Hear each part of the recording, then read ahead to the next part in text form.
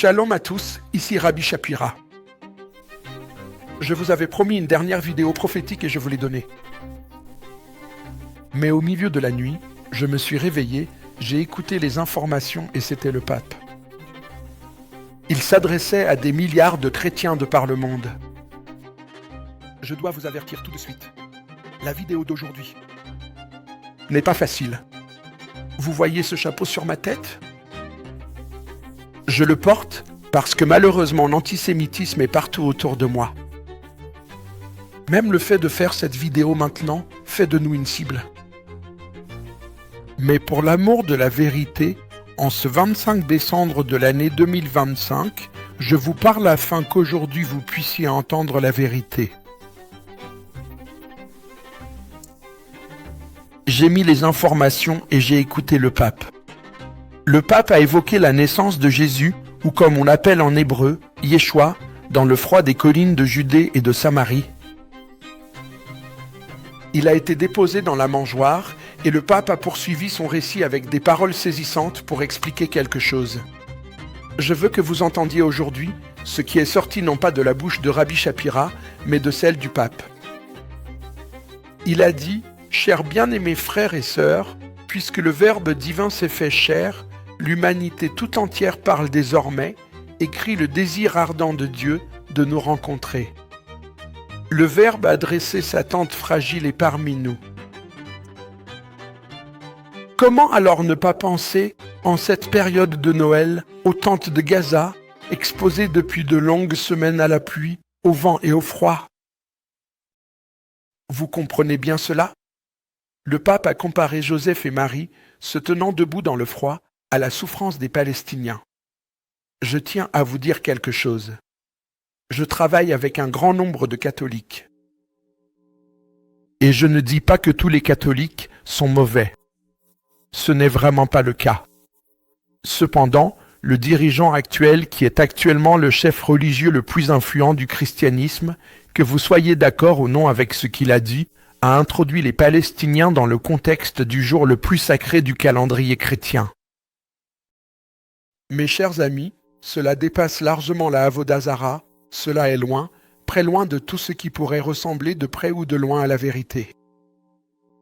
Remarquez que le pape, qui a parlé de la souffrance et de la bonté que Jésus va apporter au monde, ainsi que de l'espérance qui est en lui, n'a pas parlé de la souffrance des chrétiens.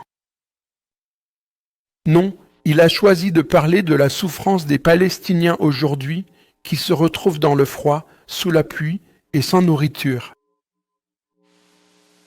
Ceci, mes amis, est non seulement de l'antisémitisme, mais aussi une perversion de la personne de Jésus et de la vérité.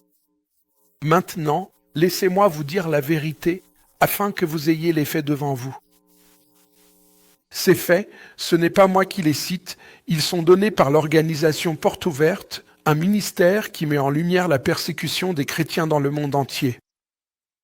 Je vais vous donner quelques chiffres. En 2025, plus de 380 millions de chrétiens à travers le monde ont subi un niveau élevé de persécution. De plus, en 2025, il y a eu 4476 chrétiens qui ont été assassinés, 7679 églises ont été incendiées et plus de 4744 chrétiens ont été emprisonnés. Mes amis, cela a-t-il été mentionné dans le Midrash du pape ? Le pape Léon le Lion, numéro 14. Souvenez-vous bien de cela. Non, il n'a pas rappelé au monde le sort des chrétiens persécutés. Il n'a pas rappelé au monde cette réalité qu'un chrétien sur 7 dans le monde est persécuté. En Afrique, un chrétien sur 5 est persécuté et en Asie, c'est 2 chrétiens sur 5. Non, il n'a rien dit à ce sujet. Il a choisi de parler des Palestiniens et des musulmans qui souffrent, pas des chrétiens. Alors, qui est-ce qui souffre ? Gaza est-elle en tête de liste ? Non. Regardons les chiffres. Regardons les faits et regardons la vérité. En haut de la liste, on voit la Corée du Nord.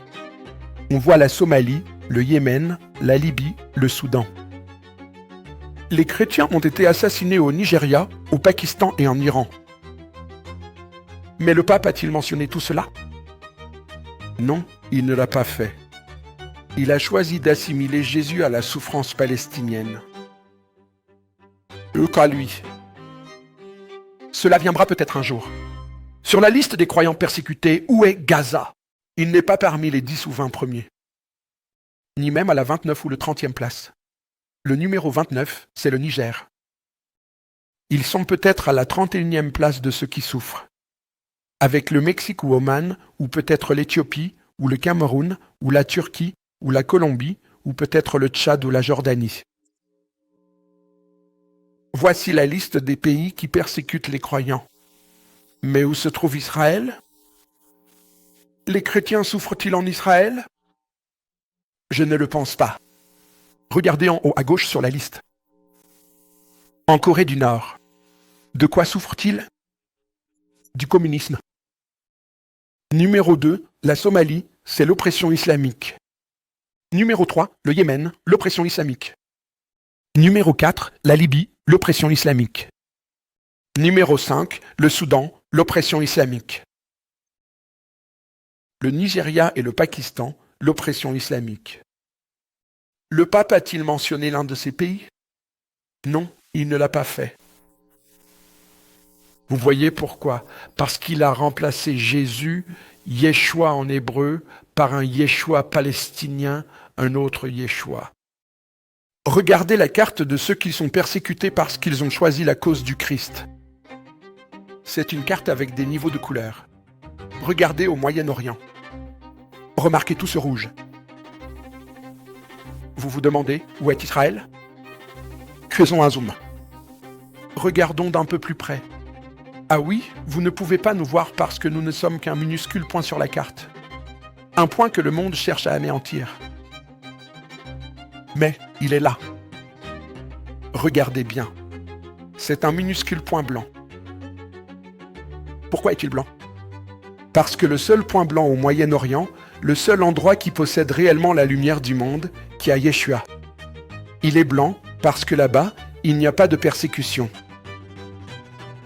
Israël n'est pas dans le top 50, ni dans le top 100, ni dans le top 500 parce qu'il n'y a pas de persécution en Israël. Vous voyez, la réalité, c'est qu'on vous a menti.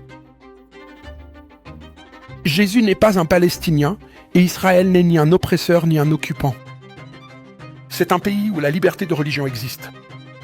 Où vous pouvez aller dans la rue à Tel Aviv et dire « Joyeux Noël » et on vous embrasse. Vous pouvez faire des décorations avec une branche de sapin de Noël. C'est le seul endroit au Moyen-Orient. Assimiler la naissance de Jésus à la souffrance des Palestiniens, ce n'est pas seulement une perversion, c'est aussi une théologie de substitution. Vous vous demandez d'où vient la haine? De la littérature antisémite bien connue aux États-Unis sous les noms de Nick et Carlson? Cela n'a qu'une seule origine. Ils ne connaissent pas. Ils ignorent la Bible. Ils ne comprennent pas la racine et ne connaissent pas la vérité. Alors laissez-moi vous instruire aujourd'hui, ainsi que tous les catholiques qui se rangent du côté du pape et tous les chrétiens. Parce qu'aujourd'hui, chrétiens, c'est à vous que je m'adresse. Et je vous dis, défendez le vrai Yeshua. Vous voulez célébrer Noël? D'accord. Alors allez dans le monde entier et parlez-leur du grand roi juif. Voici ce qu'il a dit et non ce que le pape a dit. Dans le livre de Jean, il a dit, vous, les Samaritains, vous adorez ce que vous ne connaissez pas. Mais nous, les Juifs, et il s'est identifié comme un Juif, nous adorons ce que nous connaissons, car le salut vient des Juifs. Avez-vous remarqué à quoi Yeshua s'est identifié? Il a dit, nous, les Juifs. J'ai une nouvelle pour tout le monde aujourd'hui. Il est juif. Non seulement il était juif, mais il est encore juif et il le sera toujours. Et comment osez-vous aujourd'hui le remplacer par une image palestinienne? Voilà, mes amis, le grand péché pour lequel il n'y a aucun pardon. aujourd'hui. Je prie aujourd'hui pour que lorsque les gens iront dans leurs églises et chanteront Douce Nuit et tous les magnifiques cantiques de Noël, je prie aujourd'hui, frères et sœurs, que nous nous souviendrons tous de sa judéité. Il s'identifie comme juif. Et malheur à ceux qui osent l'assimiler aux Palestiniens. Dans les évangiles de Jean et de Matthieu, il est dit « Voici la généalogie de Yeshua, le Messie. Fils de David, fils d'Abraham, Abraham engendra Isaac, Isaac engendra Jacob, Jacob engendra Judas et ses frères. » Y a-t-il un doute sur son identité? Y a-t-il un doute sur l'affection de son cœur? Y a-t-il un doute sur sa loyauté envers celui qu'il sert? Chrétiens, réveillez-vous. Le meilleur jour pour vous réveiller, c'est Noël. Car votre Sauveur a prononcé ces paroles. Ô Jérusalem, Jérusalem, toi qui tues les prophètes et qui lapides ceux qui te sont envoyés. Combien j'ai désiré te rassembler comme une poule rassemble ses poussins sous ses ailes, mais tu ne l'as pas voulu. C'est pourquoi votre maison restera déserte jusqu'à ce que vous disiez « Baruch haba b'shem Adonai » « Béni soit celui qui vient au nom du Seigneur ». Chers frères et sœurs, aujourd'hui est véritablement le jour le plus propice pour se souvenir de tout cela, et si vous célébrez vraiment Noël, alors aujourd'hui vous devez célébrer le fait qu'un roi juif, par un roi chrétien, mais bien un roi juif, est sur le point de revenir dans le monde et il revient dans le monde pour vous juger, lui, en tant que Messie juif, et non pas en tant que terroriste palestinien portant un kéfieh. Aujourd'hui, je vous mets au défi, n'écoutez pas l'Église apostate. Détachez-vous de la foi chrétienne apostate et devenez un membre authentique de l'Ecclésia. Choisissez Israël, choisissez le peuple juif. Et choisissez Yeshua aujourd'hui à Noël. Je vous mets au défi de le faire. Et comment le faire? Rejetez la théologie du remplacement. Savez-vous ce que le pape a fait aujourd'hui? Il a remplacé Israël par Gaza. Il a remplacé Yeshua par Mahomet. Et je vous dis aujourd'hui, ne le remplacez pas. Il était juif. Il est juif. Et son cœur est entièrement consacré au peuple juif. Il est du côté d'Israël aujourd'hui et pour toujours. Rag Saméar à tous mes chers frères et sœurs chrétiens. Bonne fête de Noël.